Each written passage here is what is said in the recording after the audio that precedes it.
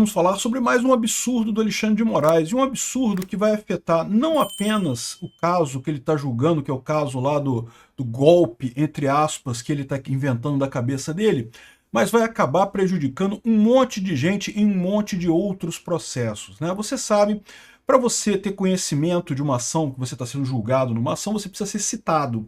A citação é um processo que é meio burocrático, mas é muito importante para garantir que você está ciente de que você está sendo julgado por alguma coisa, né? E o Alexandre de Moraes acabou de considerar que o Paulo Figueiredo, que mora lá nos Estados Unidos, teria sido citado corretamente, apesar de não ter sido encontrado, porque o Paulo Figueiredo, em um vídeo, disse que que sabia que estava sendo processado no processo lá do entre aspas, golpe do Alexandre de Moraes, e que, portanto, ele está ciente da coisa e está citado adequadamente. Isso é um absurdo, porque, primeiro, ele não sabe, o fato de ele saber que existe um processo contra ele não quer dizer que ele tenha acesso a todas as informações que você tem no momento que você é citado sobre um processo, inclusive o direito de ter acesso a esse processo para fazer valer aí a sua retribuição a esse negócio. Então isso não é uma citação válida. O Alexandre de Moraes, mais uma vez, está acochambrando a justiça nesse caso lá do entre aspas, golpe. Mas o segundo ponto eu acho ainda mais sério. Por quê? Porque o que o STF faz serve de exemplo para todo o resto do sistema judicial brasileiro. A partir daqui, os advogados e juízes e promotores e coisa e tal, não, o cara falou não sei o que lá, não sei aonde, então ele está citado. Pronto, acabou. Eu considero citado o cara. Veja, falta de citação é caso de nulidade de processo, então é muito comum a pessoa anular totalmente o processo porque não foi citada corretamente. É uma das prerrogativas de pessoas acusadas em processo que você pode usar. É uma das garantias que você tem que se alguém inventou um processo maluco contra você, que nem ficou sabendo, você nesse momento você pode estar condenado em algum processo aí maluco que alguém botou contra você, você nem ficou sabendo do processo, e você consegue anular a coisa toda porque você não foi corretamente citado. A partir daqui agora, dessa decisão do STF, os advogados têm mais esse problema para se concordar, porque, veja, a decisão do STF não se refere só ao STF. Ele estabelece um padrão que pode ser usado por outros juízes, por outras cortes no Brasil inteiro. Essa notícia foi sugerida por autista altamente capacitado do Musk, pacotão grosso do Trump e várias outras pessoas. Obrigado aí ao pessoal que sugeriu notícias lá no nosso site, no visãolibertaria.com, e obrigado a você que está assistindo o nosso vídeo. Se você gosta do nosso conteúdo, por favor, deixe o seu like, se inscreva aqui no canal, né?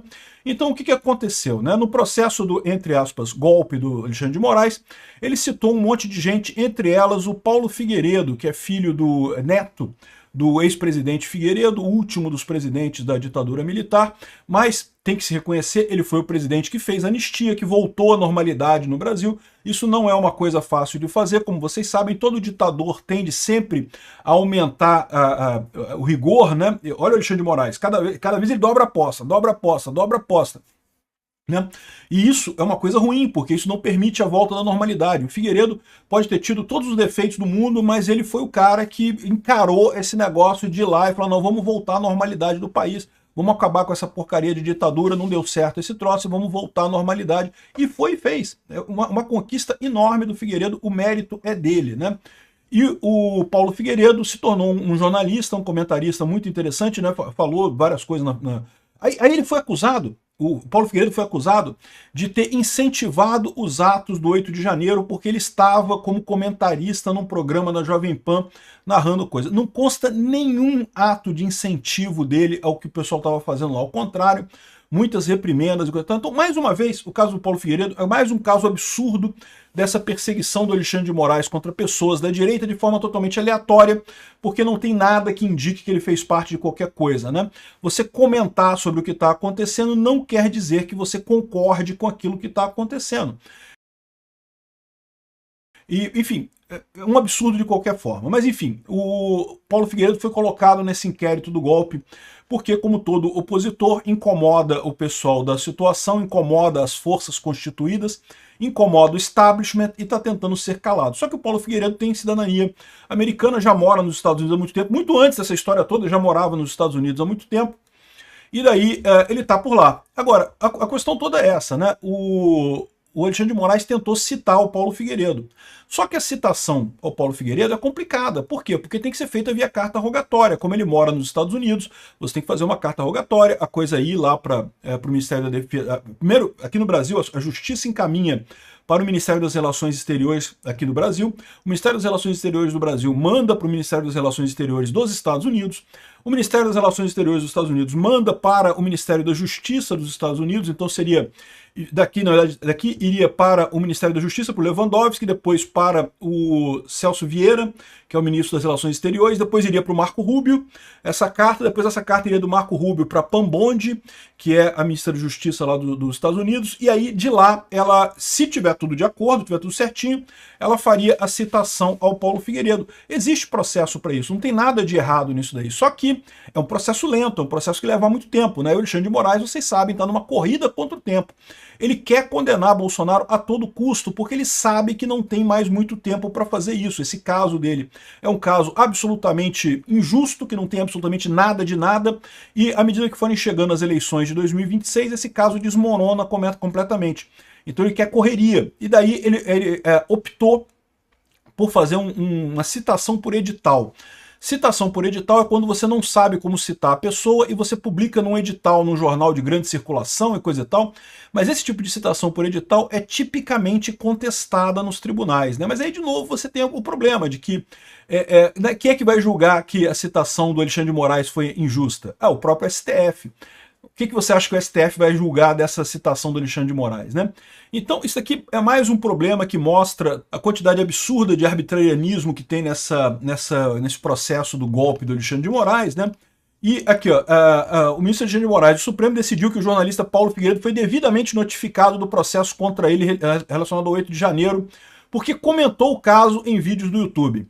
Embora o jornalista viva fora do Brasil e não tenha recebido a denúncia formalmente, Moraes entendeu que as postagens demonstram que ele tem ciência inequívoca das acusações e por isso a notificação por edital foi válida, né?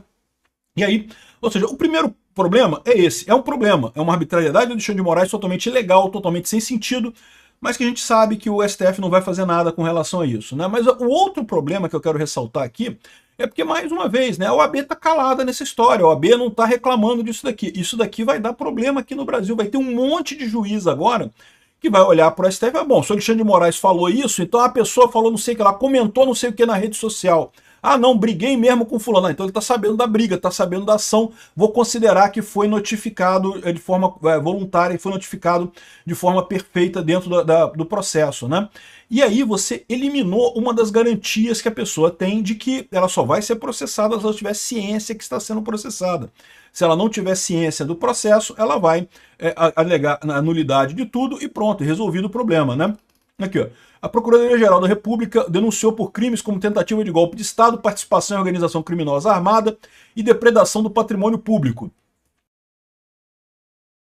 Sendo que ele comentou meramente os atos do 8 de janeiro lá dos Estados Unidos e criticou esses atos. Em momento algum ele incentivou o pessoal a fazer coisa, mas é lógico, né? É o que eu falo para vocês, o que eles estão buscando aqui é perseguir a oposição, não é nada além disso, né? Aqui, ó, a Defensoria Pública da União, que representa o réu, o que acontece? Como ele não foi citado, a Defensoria Pública geralmente assume a defesa dele, né? A pessoa tem o direito de ter uma defesa, e daí a Defensoria faz esse papel. E ela argumentou que o processo deveria ser suspenso até que ele fosse localizado de fato. Ou seja, manda a carta rogatória, faz todo o processo de... vai levar 5 anos para fazer isso. Beleza, o processo dele fica suspenso enquanto você faz todo o processo de carta rogatória para citar ele, coisa e tal. Mas o Moraes não tá nem aí, mano. O Moraes é justiça agora, ele é a lei, ele que decide o que é certo, o que é errado, foda-se a lei, foda-se o devido processo legal, foda-se as garantias constitucionais, foda-se direitos humanos.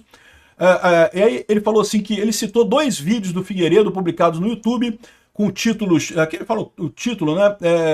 Não, ele tá sabendo que está citado e pronto, isso cumpre a citação. Olha só o absurdo, não é a primeira inovação do Alexandre de Moraes no que tange a citação, né? Lembra que ele também fez uma citação por e-mail contra a Trump Media e o Rumble lá nos Estados Unidos, uma citação totalmente irregular, que inclusive é alvo de processo lá nos Estados Unidos e que pode gerar problemas para ele aqui. A gente já falou sobre esse processo da Rumble e da Trump Media lá nos Estados Unidos, né? Justamente porque citou por e-mail. De novo, isso não existe. Citar por e-mail, citar por rede social. Já teve citação no Twitter, publicada num tweet. O cara publicou no tweet lá uma citação e coisa e tal. Ou seja, o que a gente está vendo é que o Alexandre de Moraes, nesse desespero dele de perseguir a direita, de calar as pessoas, de botar um cala-boca em quem critica ele próprio e a esquerda aqui no Brasil, ele está simplesmente jogando pelo lixo todas as regras de devido processo legal. E ainda tem gente aplaudindo, a OAB está parada, a OAB não faz nada com isso. Não, porque não, bate no Bolsonaro, bate no bolsonarista, Xandão, vai lá, Xandão, bate nos bolsonaristas, Xandão. Esse pessoal não está percebendo o tamanho do monstro que eles estão criando. Isso daqui não vai afetar só Bolsonaro, não vai afetar só o Paulo Figueiredo, não vai afetar só a Trump Mídia. Daqui para frente, já que o Alexandre de Moraes iniciou essa jurisprudência de que pode citar por tweet, pode citar por e-mail, pode citar por não sei o que lá, e se a pessoa falar alguma coisa, aceitou a citação e pronto, já formou o processo e coisa e tal, daqui para frente você vai ter mais uma quebra da garantia do devido processo legal aqui no Brasil, mais uma arbitrariedade que vai afetar todos nós. A esquerda está comemorando, tá aqui, ó.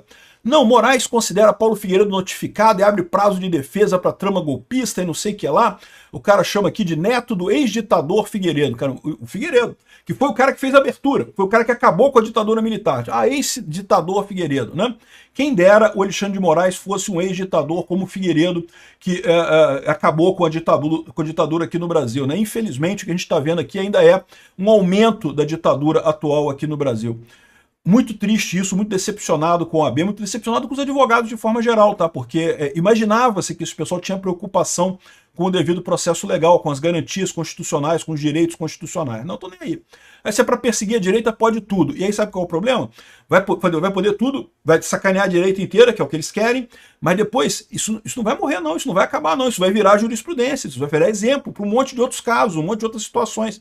Isso vai voltar para morder essas pessoas. Esse pessoal tá criando um monstro, esse monstro vai se voltar contra essas pessoas depois.